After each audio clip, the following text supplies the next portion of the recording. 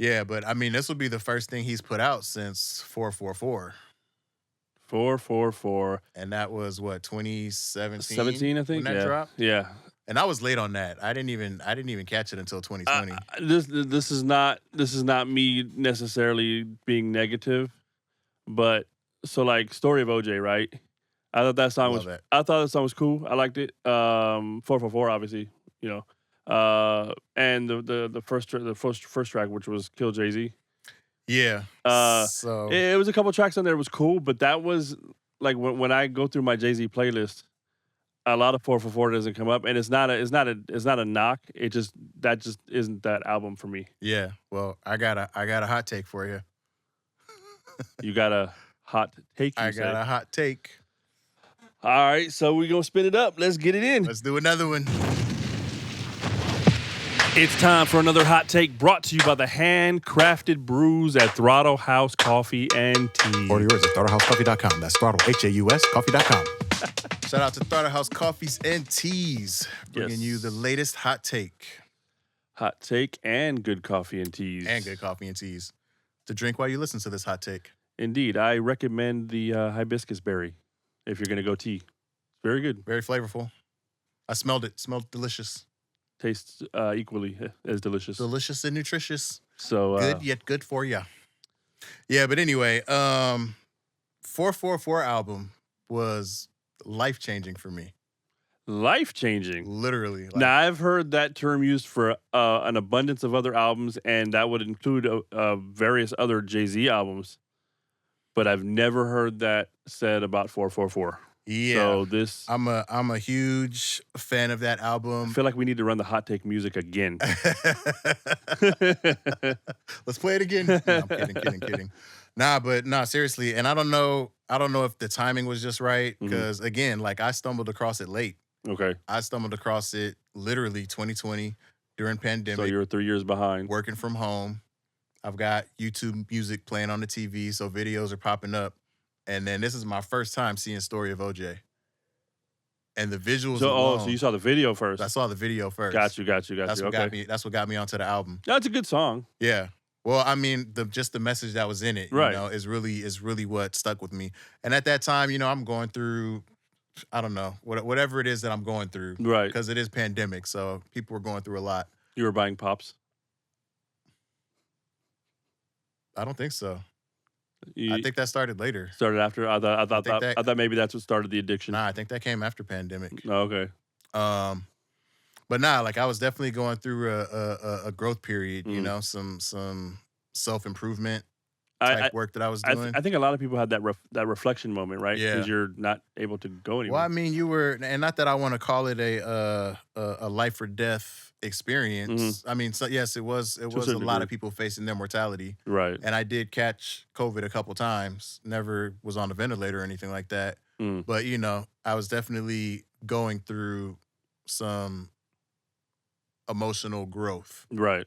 You know, and 444 was the one that did it. 444. Well, hearing it at that time, I think is what opened me up to receiving it the way that I did. Because it really, I mean, between everything that was going on, you know, with the George Floyd that was happening, it just put me in a space of thinking that we as a country are not as far along as I thought that we were. Because I thought, you know, like when I think of George Floyd, I think of Rodney King.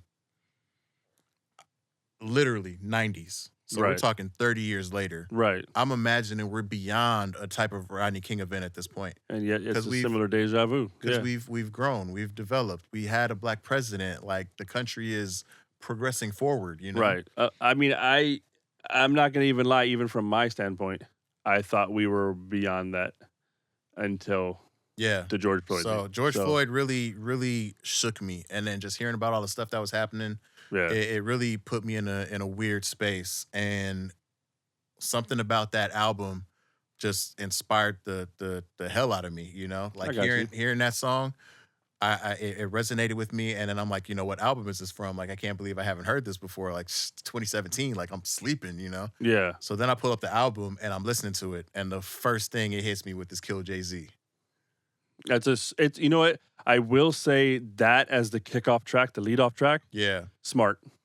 I Yeah. mean, it just it does that. I agree. I thought it was genius because again, like I'm going through a change Yeah. and he's literally talking about the death of his old self for the birth of his new self. Mhm. So It resonated I'm perfectly. invested at this point, Yeah. you know? So like Kill Jay-Z definitely hit with me. Story of OJ hit with me. Yeah. Smile. I love That's Smile the one with his with his mom. right? Yeah. Spoken word. And I love that one. One, the fact that he has his mom in there. Two, that he's telling the story about him and his mom, the family dynamics and Mhm. everything like that, the struggles that she had. Like the whole thing just hit me. And then, just props for putting his mom's on because she's gonna get residuals from this for the rest of her For life. sure.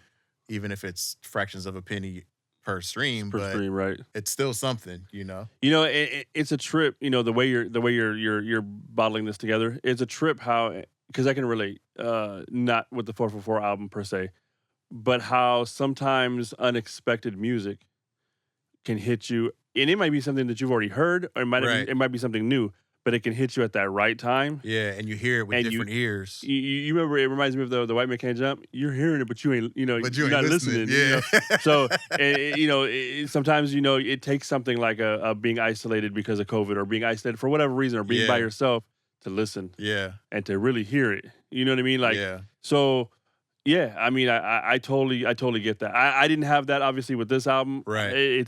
And I don't think a lot of people, But- I've heard a lot of people say this isn't his best work, and which I get, but also at the same time, I don't think he was making this to try to be the best. You know? Right. Like this to me, the way that I see it, this was an apology album. Because this happened after his get some shit transgressions. off his chest. And, This happened after his transgressions with his wife and everything like that. You Mhm. know, Becky with the good hair, Beyonce said her piece. And, which brings me up to the next song that impacted me, 444. Right. Because finding out that, that's the time that it hit him to make this song. Mhm.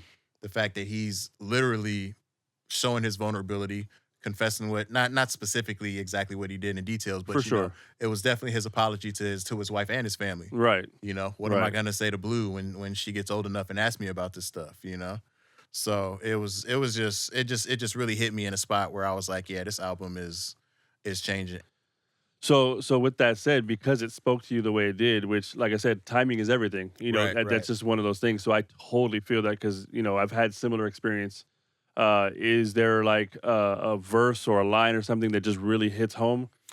Actually, yeah, and it's from Story of OJ. Financial Okay. freedom's our only hope. Fuck living rich and dying broke. Ah, And that in itself, like it just made me think differently about life in general. Yeah. Like I mean, I'm already fortunate enough that I'm that I'm out of the rat race, Right. off the hamster wheel. I did my time in the military. I'm collecting my pension and my retirement and everything like that.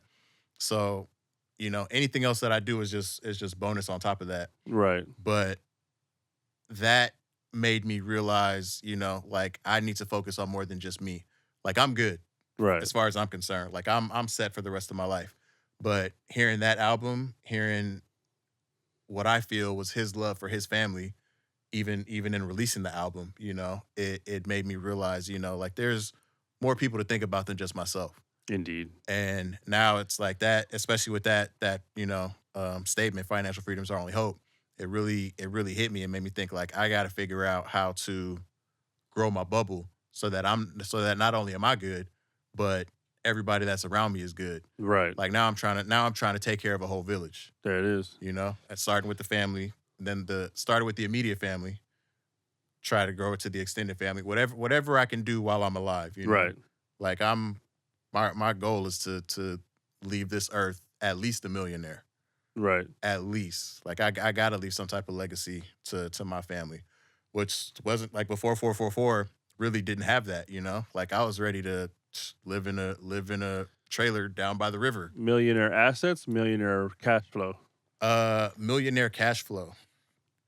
So not including assets. Not including assets. Gotcha. Assets on top of that, but like to have a net worth of $1 million invested, life insurance, stock market, whatever you want to call it. But That's because what's with that, invested properly, the interest on that right. is only gonna grow. So keep investing that. Let the interest grow. Let that money double. Because on average, it'll take anywhere from 7 to 10 years for your money to double. Yeah. So Yeah. once I'm slow game, long game.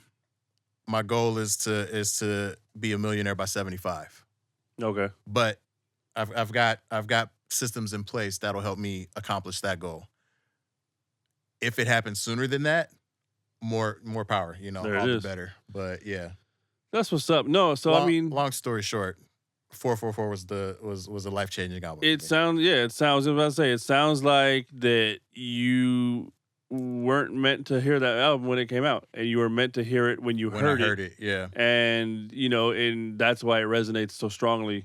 Yeah. So hot take accepted. It's still not moving up on your list. It's got, like I said, it's got some tracks that I'm cool with, but when I think Jay-Z albums, it's definitely not topping my list of Jay-Z albums. Yeah. It's hard to put anything above Reasonable Doubt when it comes to Jay-Z. Reasonable Doubt was a great album. So yeah, I don't think I'm putting it, on the top of the list as a great album. But just life-changing. But like for what it is, like that to me personally, that's dope. It's a great album. That's dope. It's dope to have that connection though. It's dope to have that connection to something like that when it hits at that moment, because like you said, it's eye-opening. It's everything, It's an emotion. So yeah. So well, that was the hot take, sponsored by Throttlehaus Coffees and Teas. Get some at throttlehauscoffee.com. A house spelled Haus. Get some.